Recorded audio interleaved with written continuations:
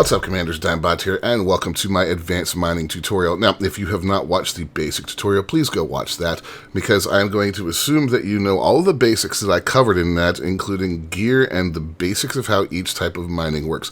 What we're doing here is we are refining the techniques and showing you how to make the most credits, which is not something I did in the basic video, because the basics video is just about trying to teach you how the functions of mining work. So let's dig into the nitty-gritty of how to actually make the most out of your time mining.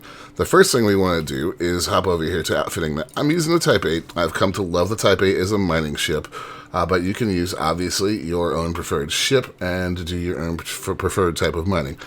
One thing I want to point out, I'm using a mining multi-limpet controller. Now, I'm simply doing that because it's just what fit in here. It is not optimal. What is optimal is to use a separate controller or to get a Class A one of these, because if we look at limpets, you'll notice that, yeah, they're like everything else. They have 1, 2, 3, 4, 5, 6, 7, and then the D, C, B, A classes. What you care about is the letter. A Class A limpet will double your yield from an asteroid if you use it as a prospector limpet. So if you want the most bang for your buck, you want to be using Class A limpets for prospecting. That's it. There's no ifs, ands, buts, no going around it. If you want to get the most out of the asteroids that you tag, use a Class A limpet.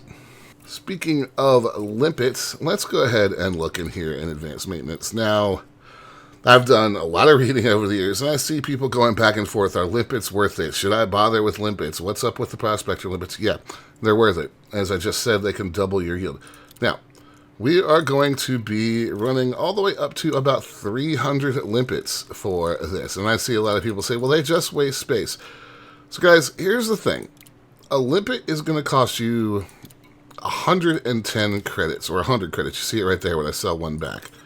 So 110 credits. If you are filling up on resources, painite, platinum, things like that, to the point where you need to trash a couple limpets by heading over to your right-hand panel here and hitting jettison on some of them, you're tossing 100 credits for a rock that could be worth 50,000, 250,000. This is a no-brainer. Take enough limpets to stay out as long as you can and throw away what you don't need. If you're mining properly, you're not going to miss throwing out a few thousand credits worth of limpets, because you're going to be hauling in, oh, so much more than that. So don't be afraid to fill up mostly on limpets before you go out mining. Trust me, you'd rather stay out there when you're in a hotspot than have to come back and then go back and have nothing but dud rocks pop up. I've been there. It sucks. Take a lot of limpets. Now, as we approach this gas giant here, we want to look for hotspots. I've covered this before, but just in case you don't know, take a discovery scanner, fire the probes into the rings, voila, hotspots. That's why I carry a discovery scanner on, or a surface scanner rather, on my mining ships. We're going to hop into this painite hotspot, and we're going to talk about one of the more complicated but more profitable aspects of mining. Now that we're in the asteroid belt, we are going to be using the pulse wave scanner. I'm not really going to go any more into laser mining, because really we've covered it. You get your Class A prospector, you slam it into the asteroid. If it's what you want, you go ahead and mine all those sweet chunks off of it, and you go ahead and go. So we are going to be focusing more on the other types of mining, and it looks like we might have a promising candidate up here, maybe for some subsurface deposits. Now, some people have asked why I bother to carry everything on the ship. I don't have a lot of time to play sometimes, so I like to be able to make sure I can do everything all at once. You certainly do not have to kit your ship with all of the different mining accoutrements, but it's the way I like to fly. You fly with your own personal style. There we go. Now, this is fairly straightforward. We've got a surface deposit here. So there's nothing special to this. I will go over it again just because we're here, but we just want to get out our abrasion blaster and go over here. There you are. And there is our silver fragment. Rinse and repeat for the others, and then mine the rest of the rock if you so desire. Let's continue to look for some other rocks.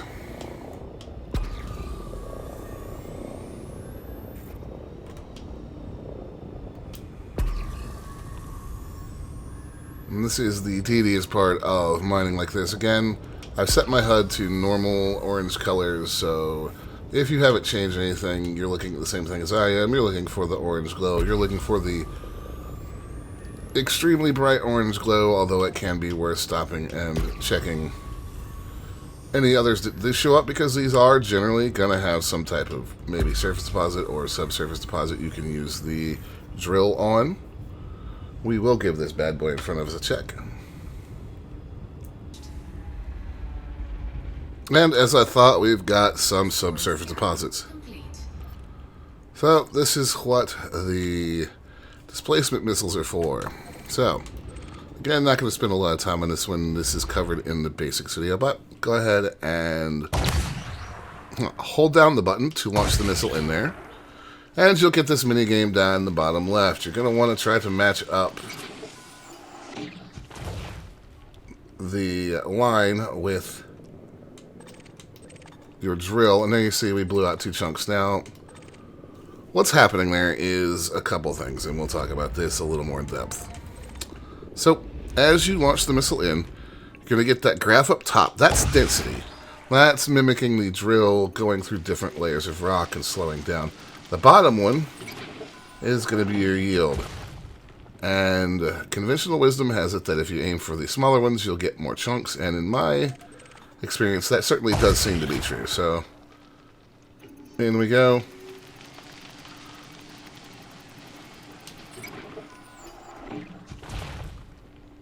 And out they come. That is nice and simple. That is really all there is to subsurface mining. It is a game of timing with releasing the button. And that will bring us to core mining. So once we find a suitable asteroid, we'll go ahead and take a look at that.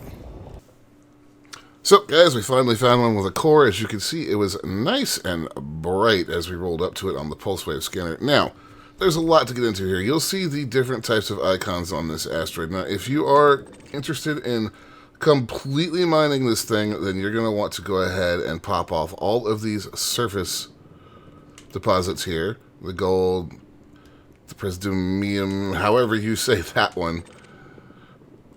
Go ahead and get all of that stuff out of there. But what we're interested in is the asteroid fissures. Now, for that, we are going to need our seismic charges, which are right there.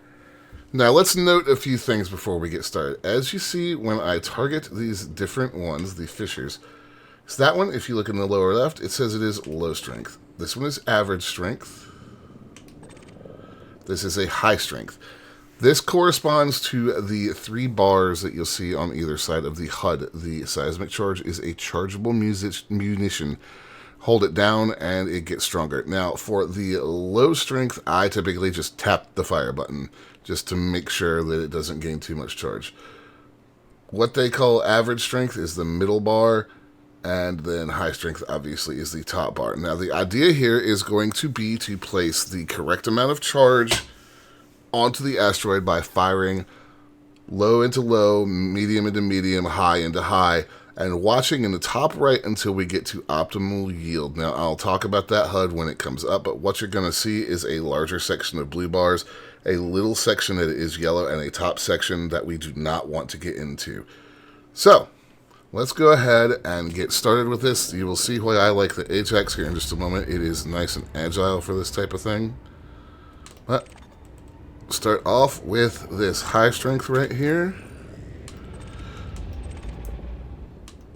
And you guys will see me target them repeatedly. That's just so I can get a better idea of where the actual opening is. So let's go ahead and... Now you'll see that it has started. And actually, apologies, it is orange. I was thinking about my old HUD. But what we want to do right here is get it into that optimal blue bar. We're going to pop a low one in here. You see it says low yield charge set. Now, you can go into your contacts panel and disable these things. I will show that right here. So you can go in, you can go over, and you see each asteroid fissure. You can disarm or detonate now just by selecting them. So if you overcharge one, you can target it, and you can shut it down, and you can keep yourself from messing up your yield. This is an average strength.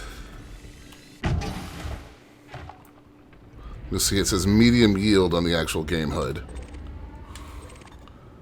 This is another average.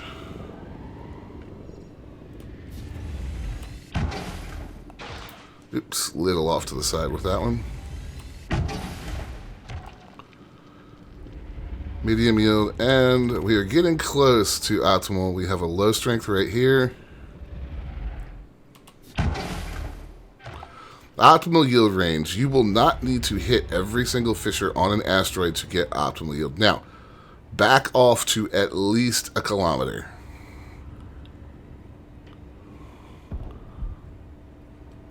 And you can either wait out the detonation timer, or you can detonate it manually. I'm going to let this thing run down and talk about that up there. So you see that we filled up the orange bar successfully. We are into the blue bar. This is the optimal yield getting us the most stuff. If we get into the red, we're going to severely diminish what we can get from this asteroid. So you want to make sure that you pay attention to the yield of the fisher and keep an eye on that bar up there. The optimal yield achieved is very, very obvious. And now, guys, get ready for one of the most satisfying sounds in all of Elite Dangerous.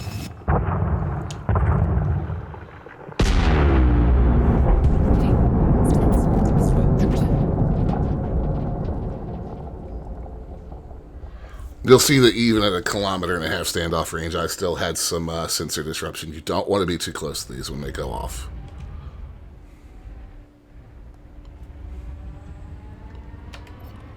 And now, all that's left is to program your Limpet drones, if you don't have any out, and head on up, open your cargo scoop, and let them collect. You will see that we have quite a few chunks already floating around out there. And also what this has done, if you want to get your abrasion blaster out, it has also opened up a whole bunch of other sites that we can hit with the abrasion blaster and just continue to get more and more ore. Shields offline. Silent running. Thermal signature restored. There we go. So that is how you handle deep core mining, cracking asteroids as they call it.